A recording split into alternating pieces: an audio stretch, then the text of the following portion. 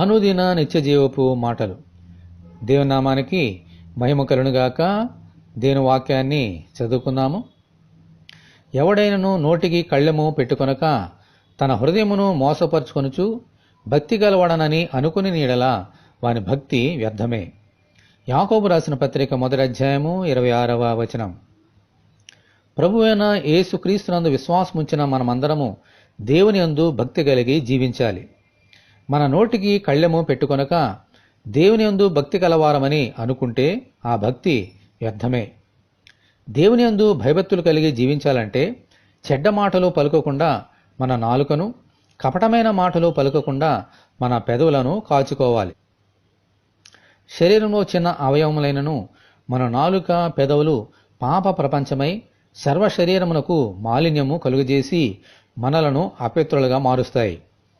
మన పెదవుల నుండి స్తుతులు, స్తోత్రములు రావాలి తప్ప శాపవచనములు గాని, దూషణలు గాని, వ్యర్థమైన మాటలు గాని రాకుండా జాగ్రత్త పడాలి. అప్పుడే మన భక్తి ప్రయోజనకరంగా ఉంటుంది. దేవునికి స్తోత్రము కలుగునుగాక. ఆమెన్. ఇటువంటి కృప కొరకు మనమందరం దేవుని ప్రార్థన చేసుకుందాము. పొంతు పిలాతు ఎదుట మౌనముగా ఉన్న ప్రభువా, మీకు వందనములు. మీ యందు భయభక్తులు కలిగి మా నోరు, పెదవులు, నాలుక మీ స్తుతిని ప్రచురపరచినట్లు అనుగ్రహించమని, ఈ వాక్యం వింటున్న నీ బిడ్డలందరినీ అలాగున దీవించమని ప్రభు అయిన యేసుక్రీస్తు ద్వారా ప్రార్థన చేయుచున్నాము తండ్రి. ఆమెన్.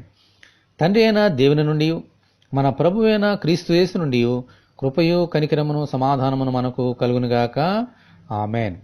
పరిశుద్ధ దేవుని మందిరం.